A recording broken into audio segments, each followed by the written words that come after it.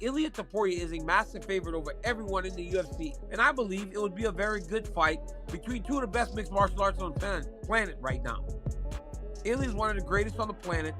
Islam has proven to be the pound-for-pound #1 fighter in the world, and that's been the case for a while. Because of the promise Ilia had to make to the UFC to not move up to welterweight if he became the lightweight champion. There are a lot of things moving right now in the UFC, and a lot of it is centered around those two guys, right? What's up, fight fans, and welcome back to the channel. Right now, the entire UFC landscape is buzzing with talk of one potential fight, a champion versus champion super fight between Ilia Topuria and Islam Makhachev. The conversation around this fight exploded after Daniel Cormier reacted to some very candid comments from Dana White. The UFC boss laid out a specific scenario that would lead directly to this super fight, but it involves Islam Makhachev making a huge move first. According to Cormier, Dana revealed the master plan. Dana White went on Full Send yesterday, and I don't know if he was supposed to tell us all that he told us. We're going to get into all of it. One, he said Ilia Islam could happen the moment Islam becomes welterweight champion. He feels there's a super fight to be had. We all kind of agree, but maybe Dana knows something that we don't know. We're going to talk about that. Massive fight would be Ilia versus Islam too. Well, the other thing is too is that Islam moves up, and obviously if Islam won the title, you know, you immediately have a super fight with him and Ilia. So if that plan sounds like it's a long way off, Daniel Cormier dropped another bombshell that proves these two are already on a collision course. He revealed that Islam and Ilia are essentially circling each other, ready for war. Citing Islam's manager, Ali Abdelaziz, DC explained that this matchup was incredibly close to being booked already. Had a key fight gone the other way, we would have seen these two face off next. Islam Makhachev and Ilia Topuria are circling each other's houses right now, right? If you're at war, right, these two dudes are on the beach waiting to go forward, and it's interesting. Dana White was on Full Send and said, hey, if Islam becomes welterweight champ, you immediately have a super fight. Ali Abdelaziz, Islam's manager, was on pound for pound. Yeah, it's called pound for pound. I cannot believe I was drawing a bank like that.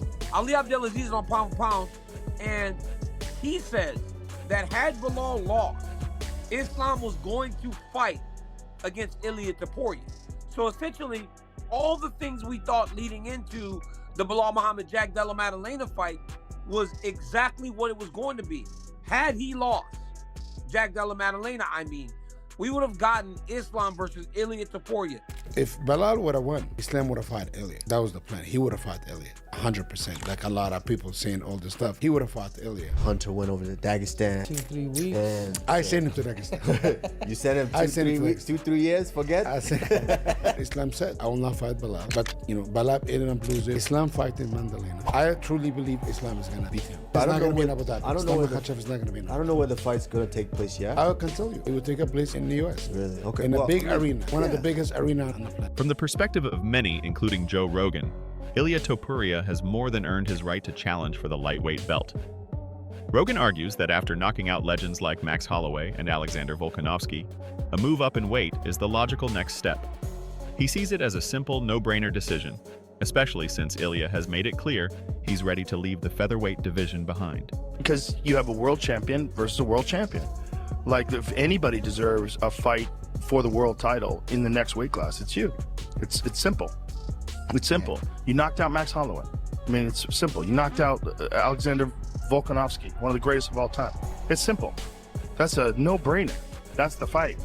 You know, he doesn't want to fight 45 anymore. He wants to fight 55. World title shot. Daniel Cormier echoed this sentiment, stating that hearing from Islam's manager makes the fight feel much closer than the public might think. Despite any negotiation hurdles, DC believes this is the biggest fight the UFC can possibly make right now. He also pointed out how highly respected both fighters are, noting that Topuria is a massive favorite over everyone in the UFC with one notable exception, Islam Makhachev.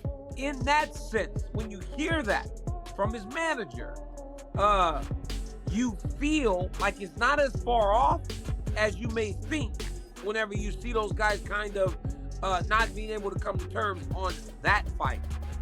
Obviously, we know that there are some big fights in the UFC.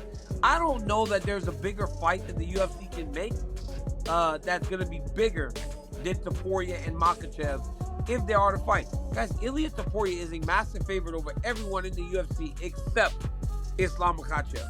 And that in itself tells you what people think of Islam because of how highly regarded Ilia Topuria is right now, especially after becoming the UFC lightweight champion in the fashion that he did against Charles Oliveira. Cormier then laid out the complex landscape.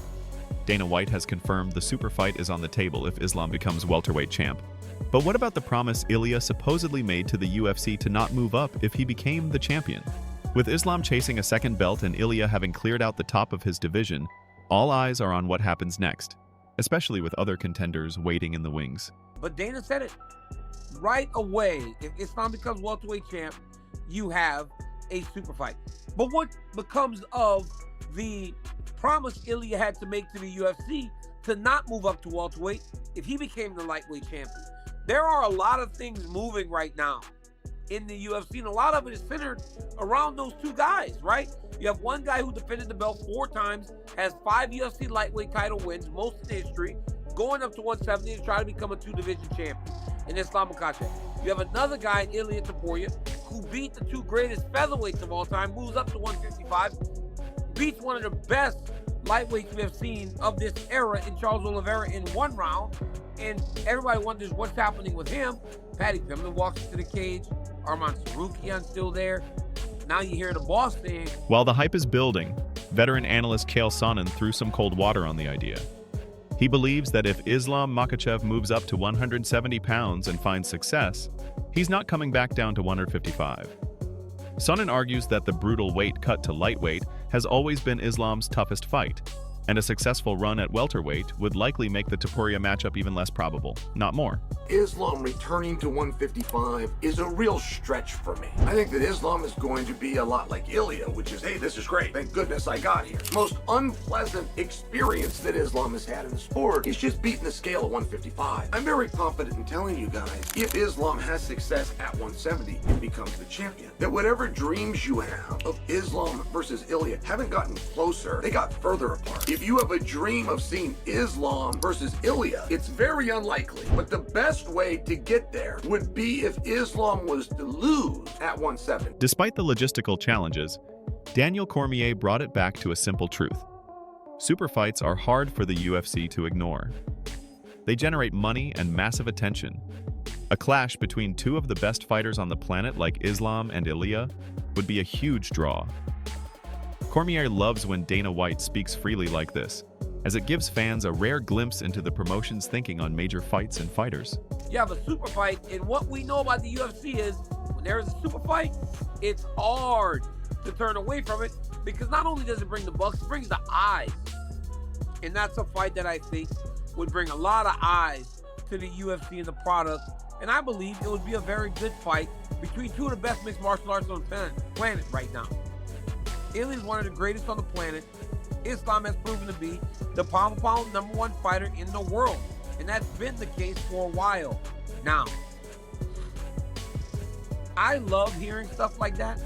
I love whenever we get those types of updates from the boss, because I love when he's in a situation where he's super comfortable and he just kind of starts to talk. Because when he just starts to talk, you get stuff like this where he was talking about that, he was talking about the White House, he was talking about John Jones. I mean, he just was giving a lot because he was in a bit of a comfortable environment for him. Ultimately, Cormier's biggest takeaway was the realization that this fight is much closer than anyone initially believed. Between Islam's manager confirming it was almost next, and Dana White laying out the super fight plan, the wheels are clearly in motion. But first and most importantly to me was the fact that we may not be as far from Topuria Makhachev as we may have believed initially when you hear his manager saying it was the next fight had one other thing happened, and the fact that you hear Dana White going, super fight's right on the verge if Islam becomes the welterweight champion. And there you have it.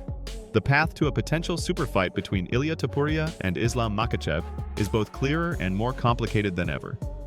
With so many variables in play and opinions flying from every corner of the sport, one thing is certain.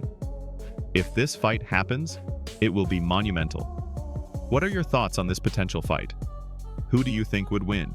Share your predictions in the comments section, and make sure to subscribe and like the video if you enjoyed the breakdown. We'll see you next time.